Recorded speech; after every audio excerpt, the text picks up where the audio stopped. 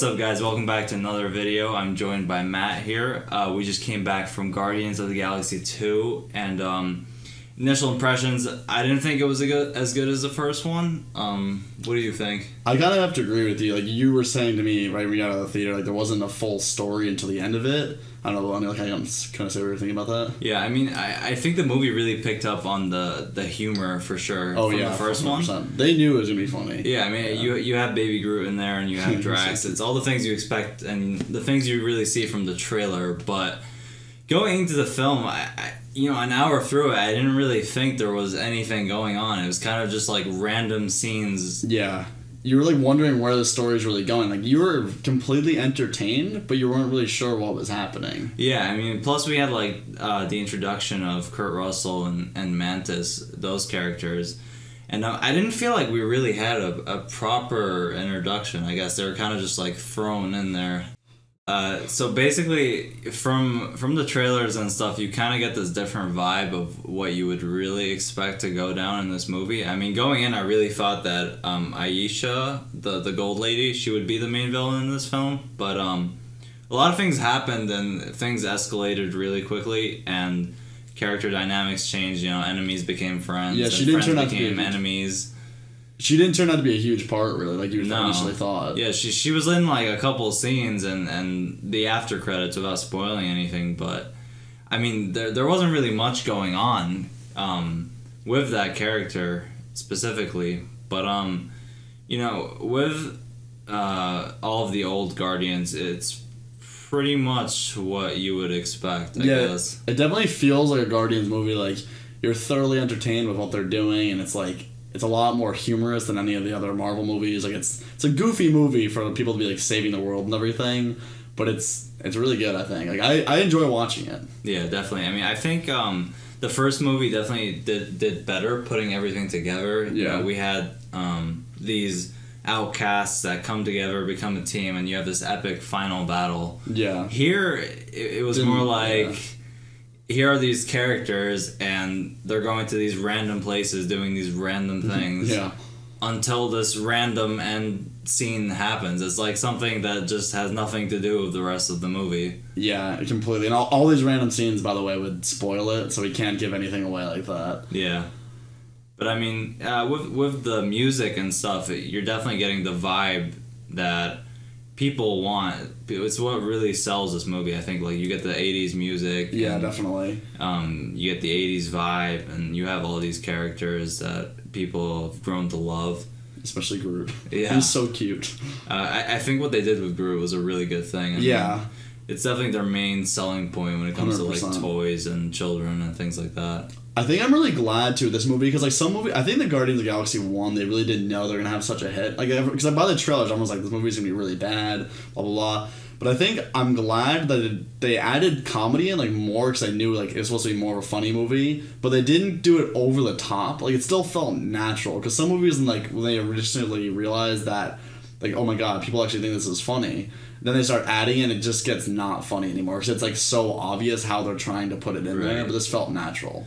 I think with the introduction of the first Guardians movie, James Gunn really brought something new to the game. I mean, he brought this movie where we saw our favorite heroes come together, per usual with any Marvel film, but this had a more comedic element. I mean, people call it the Marvel formula now, but basically every superhero film these days has this sort of humor to it to try and keep people entertained without, like, making things too serious. Really. Yeah, I mean, you can't really have a movie... You can't expect a movie to not be humorous if you have a raccoon, a tree, a green person, like... You can't expect it to not be humorous if they're the ones that are saving the galaxy. That's just what I mean. So it's not, like, meant to be a serious film like that. Yeah, definitely. So I think going through this movie, it's really hard to go and pick out a specific scene that you really like, because it's all basically the same. Yeah. It's action humor, and what you would pretty much expect. Yeah, Danny and I were just talking, like, behind the scenes of, compared to the Fast 8 review we did, there's, like, very, like, bumpy and, like, very noticeably good scenes. This movie is just a constant, like, line, so you couldn't really pick out your favorite scene. It was all good. Like, nothing was over the top good, but it was all, like, very good. I mean, anything with Baby Groot you could pretty much say is a good scene. Yeah, I mean, in the movie, even like they were like gonna kill him at one point, and then they're like, "No, he's too cute." Yeah, he had like his facial expressions were so cute. I mean, honestly, I think if I had to pick a scene, it would either have to be the final scene, where I'm not gonna spoil anything, or the scene where Groot has to break out Rocket from somewhere. Yeah, I think I'd pick. Actually, yeah, those are both really good scenes. The final scene, well, yeah, you can't really spoil, but it really kind of brings the movie together, and you almost feel like you're getting back to the end of Guardians 1 in a way. Right. You're just like, well, what are they gonna do now? Yeah. Because like everything's all like safe and sound, but then like they have the end of Guardians 1, and then Guardians 2, like everything just hit the fan basically. Yeah. So. I mean, it really like. I kind of expected the Guardians not to carry on that heroic element coming out of the first film. Yeah. I mean, yeah, they were like one-time heroes and everything, but I kind of expected them to just be chilling, I guess, not really going after jobs and things actually like doing that. work in the beginning of the movie. Yeah. So that was definitely an entertaining aspect to the film. Yeah, they had to make money somehow. So after the first scene of the movie, I would say there was a good 45 minutes where nothing really happened. You were kind of just sitting there wondering, where's the story going to go? How are they going to tie these things together?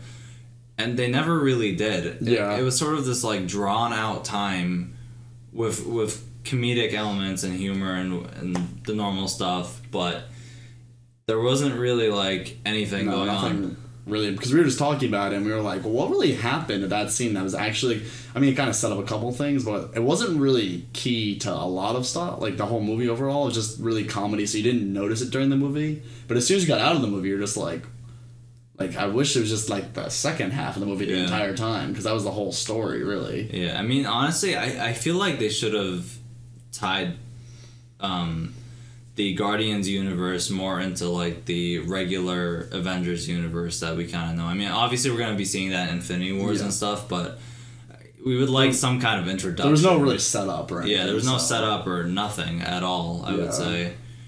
But they're still just doing their thing in the universe, trying to say that. Yeah.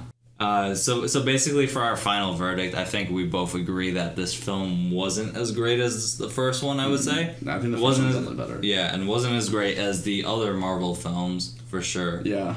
So if I really had to put a number on it, it's kind of hard because you enjoyed the movie, but you know that there's no story.